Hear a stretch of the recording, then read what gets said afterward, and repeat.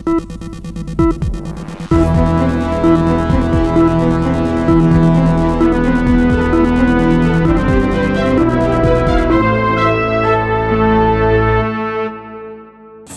प्रदेश विधानसभा सत्र के दौरान समाजवादी पार्टी के वरिष्ठ विधायक महबूब अली का एक मजेदार भाषण चर्चा का विषय बन गया।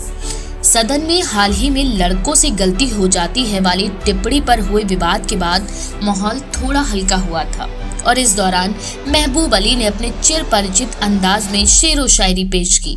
उनकी चुटीली बातों और हाजिर जवाबी ने विधानसभा अध्यक्ष से लेकर सभी विधायकों को हंसने पर मजबूर कर दिया।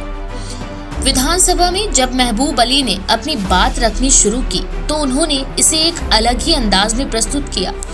उन्होंने अपनी बात को वजनदार और प्रभावशाली बनाने के लिए शेरो शायरी का सहारा लिया।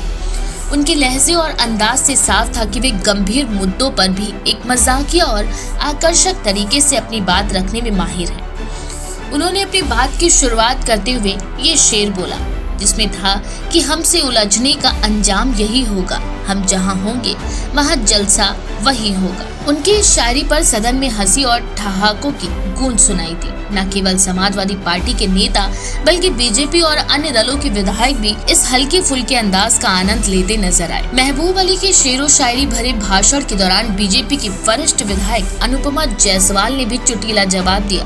उन्होंने भी हंसी ठिठोली करते हुए अपनी प्रतिक्रिया दी, जिससे सदन का माहौल और भी खुशनुमा हो गया। अनुपमा जायसवाल ने मजाकिया अंदाज में कहा, अगर आप शायरी में बात करेंगे तो जवाब भी शायरी में ही मिलेगा।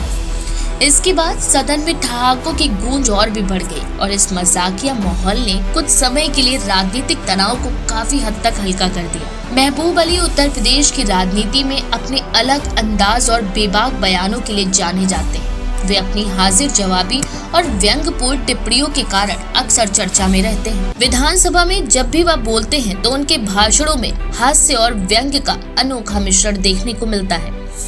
इससे पहले भी महबूब अली अपने तीखे और मजेदार बयानों के लिए सुर्खियों में रह चुके हैं। वे गंभीर विषयों को भी चुटीले अंदाज में रखने की कला में माहिर माने जाते हैं, जिससे विपक्षी नेता भी मुस्कुराने पर मजबूर हो जाते हैं। राजनीति में अक्सर तीखी बहसें और आरोप प्रत्यारोप देखने को मिलते हैं, लेकिन महबूब अली जैसे नेताओं का मजाकिया अंदाज सदन में एक अलग ही रंग भर देता है।